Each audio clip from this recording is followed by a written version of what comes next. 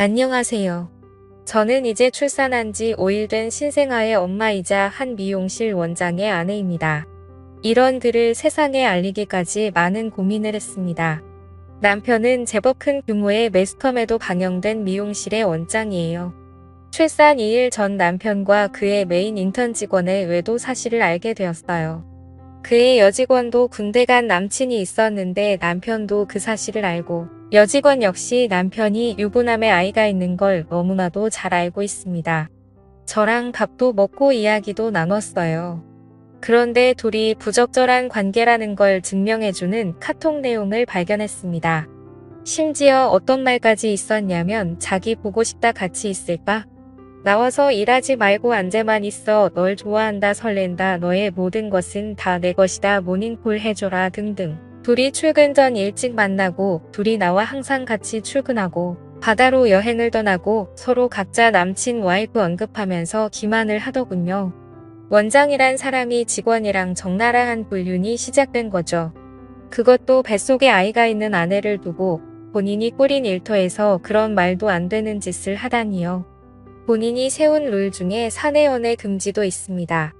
외도로도 이미 충분히 충격을 받았는데 심지어 외도를 추궁하는 과정에서 임신 중에 가진 폭언과 막말까지 당했습니다.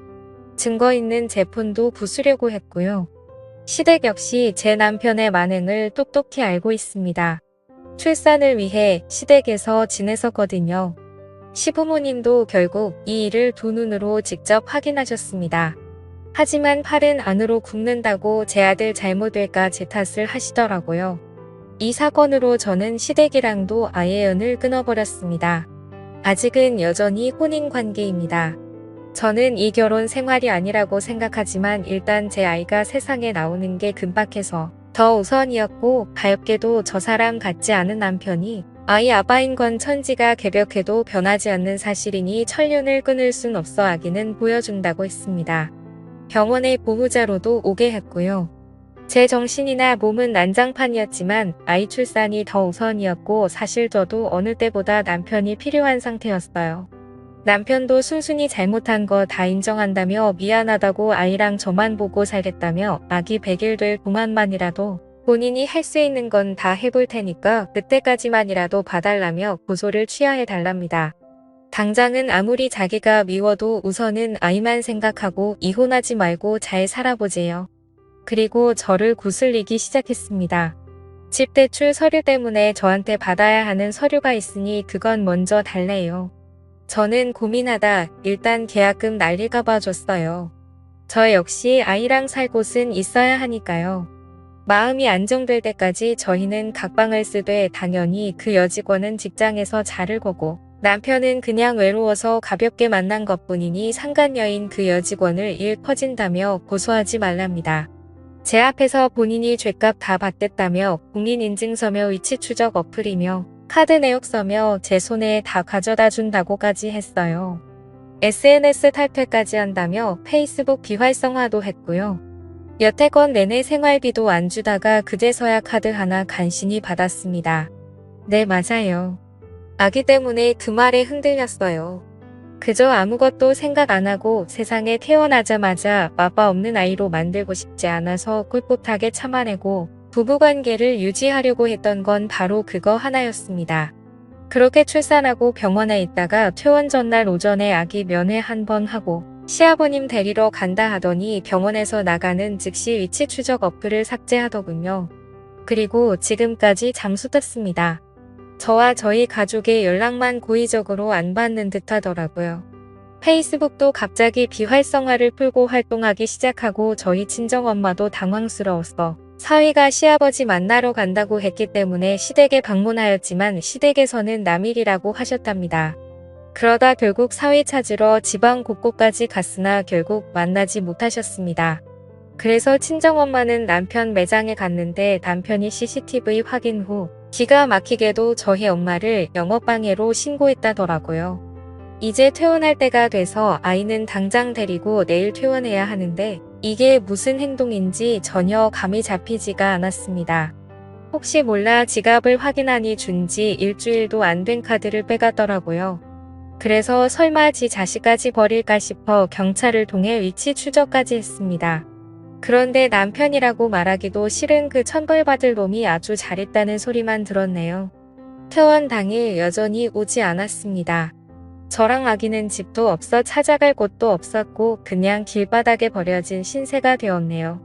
원래 예약되어 있던 조리원도 취소되었고 병원비 정산도 제 손으로 하고 나왔어요. 남편이자 아비한테 버려져 아직 세상에 나온 지 얼마 되지 않은 아기를 데리고 결국 친정으로 들어갔습니다. 그러다 군대 갔다던 그 여직원 애인과 연락이 닿았어요. 얘기를 들은 즉슨 저랑 가 태어난 지 자식 버리고 어디로 가서 누굴 만나 잠수를 탔나 했더니 역시나 그 상간녀 직원이랑 여전히 같이 있다고 하네요. 알고 보니 같이 법무사를 알아보고 다닌대요. 남편한테 나는 우리 아기 때문에라도 너랑 살아도 가정을 파괴하려고 한 상간녀 직원은 끝까지 고소하겠다고 했었던 말에 그 여자를 지켜주기라도 하고 싶었던 건지 지 자식보다는 그게 더 중요했나 봅니다. 그 상간녀 남자친구에게는 남편이랑 내연녀 두 사람이 저를 정신병자 취급하며 카톡 조작하고 불법 녹취하고 위자료 뜯어내려고 압박한다고 주장합니다. 하지만 상간녀 남자친구가 그 증거가 조작이라는 증거를 내놓으라 하니 묵묵부답이랍니다. 어떻게든 죄책감 따윈 없이 법 앞에서 끝도 없이 추락하는 인간들의 모습을 보며 이젠 정말 한 톨의 기대도 저와 아이에게 미안해할 거라는 희망도 포기했습니다. 돈 10원 한 장 필요 없으니 애랑 제 인생 돌려놓으라고 하고 싶네요. 심지어 남편이 저를 때린 적도 없다고 하네요. 시댁에서 벌어진 일이라 증거가 없다면서요. 고소할 때 증거 자료들은 다 뻥인가요?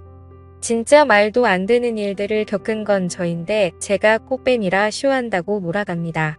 하나만 알고 둘은 모르네요. 손바닥으로 하늘을 가릴 순 없는 법입니다. 이런 글을 쓸 수밖에 없던 이유는 아들이 지금 저에게 힘이 없다는 점을 너무 잘 알고 제 상황을 알기 때문에 저와 아이 저의 가족은 계속 당하고만 있습니다. 상우조리고 뭐고 사실 중요하지 않습니다. 계속해서 잠수 타는 남편을 찾아내어 책임을 묻고 싶지만 연락이 되지도 닿을 수도 없네요. 현실인가 싶습니다. 매장으로 찾아가자니 제가 몸이 아프고 경찰까지 부르는 이 사람을 어떻게 해야 할지 모르겠습니다. 갓난아이 데리고 버려졌지만 애는 그래도 너무 예뻐서 보면 눈물이 나고 너무 안쓰럽고 이 아이 때문에라도 살아야겠다 싶다가도 또 한순간에 모든 걸 포기하고 싶다는 생각이 듭니다. 점점 저도 미쳐가는 것 같네요. 가정 파탄의 아픔은 정말 가해자들은 모릅니다. 아이까지 버린 남편인데 저에겐 더더욱 피도 눈물도 없겠죠. 저 25살 많은 나이 아닙니다. 남편 하나 보고 아이랑 셋이 잘 살자며 가족과 친구들의 반대에도 무릅쓰고 지켜낸 가정인데 이렇게 아이 태어나자마자 무너졌다는 게 아직도 믿고 싶지 않습니다. 오히려 제가 고소도 안 한 이 상황에 제발 저려 저와 일체 연락을 안 하고 법무사들을 만나며 알리바이나 증거인멸을 미리 시도하는 중인 남편과 상간녀 남편이요. 온라인상에서 어느 정도 이름이 알려진 그걸 이용해서 이 여자 저 여자 만나고 데이트하고 총각 행세하던 사람입니다. 하지만 직원이랑도 이럴 줄은 몰랐네요. 인기가 많았었고 사업 성공으로 인해 인정도 많이 받았지만 점점 거만해지고 괴물이 되어갔어요. 본인이 원하는 바는 꼭 수단과 방법을 가리지 않고 말재간이 아주 뛰어나요. 모든 말이 80%는 허풍이나 거짓인데도 듣는 사람은 아 정말 그런가 보다 현혹시키고 정말 이런 부분에선 대단한 남자라 저 혼자서는 접수가 안 됩니다. 그런 저를 연기하고 피해자 코스프레하는 여자로 몰면 저 아기는 어떡하죠? 꼭 천벌받게 해주세요. 지금까지 제 긴 사연을 들어주셔서 감사드립니다.